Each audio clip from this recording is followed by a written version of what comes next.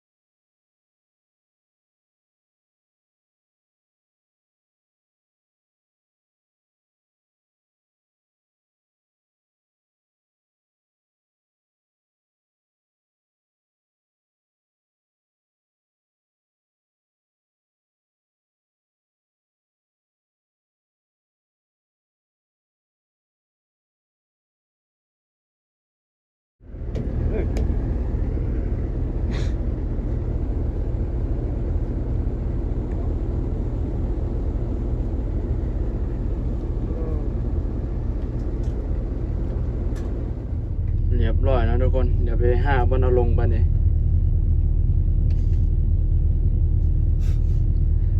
ยากขนาดมันมีขอบเกาะเลยเนาะตักแหทองแหคำใส่นะรถดำเนาะมันนี่เป็นแหบนเนาะทุกคนนี่แหคำมันเลยนี่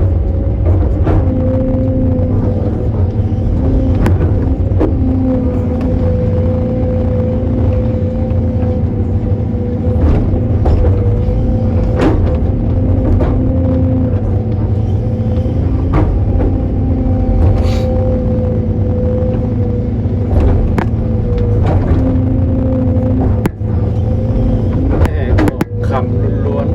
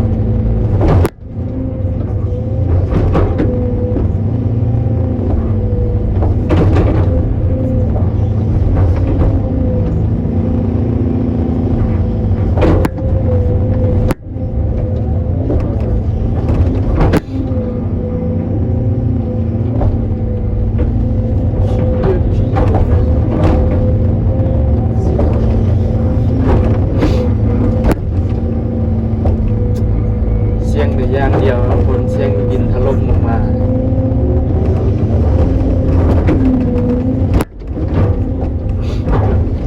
ว้าว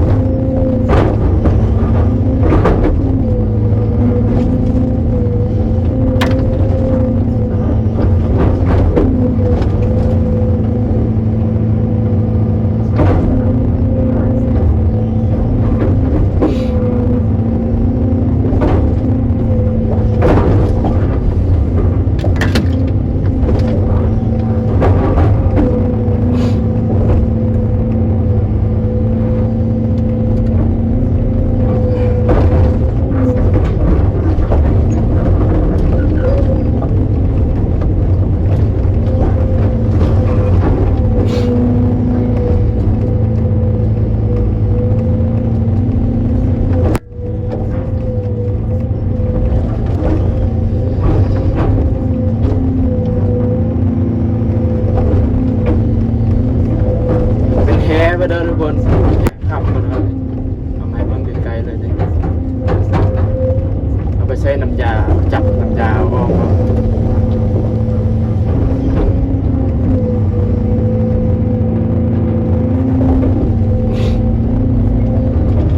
เป็นแฮร์บัดเนาะทุกคนเลยแฮร์บัดเลยเนาะไอ้แบดบัดเนี่ยประมาณนี้แหละทุกคนวันนี้เจองานสบายบ่ได้ขนาดปานใดเนาะบ่ได้ขึ้น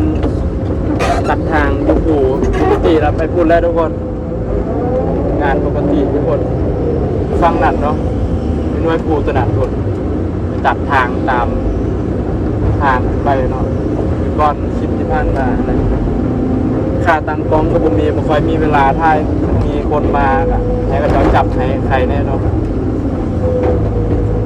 เดี๋ยวมีเวลาไปนอกได้2 หาซื้อค่าตั้งกล้องมาทุกคนลำบากถ่ายคลิปกัน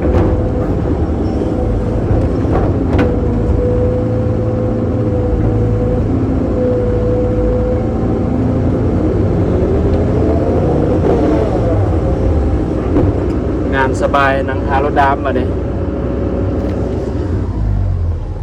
ชิวๆแล้วป่ะเนี่ยบรรยากาศเนาะทุกคน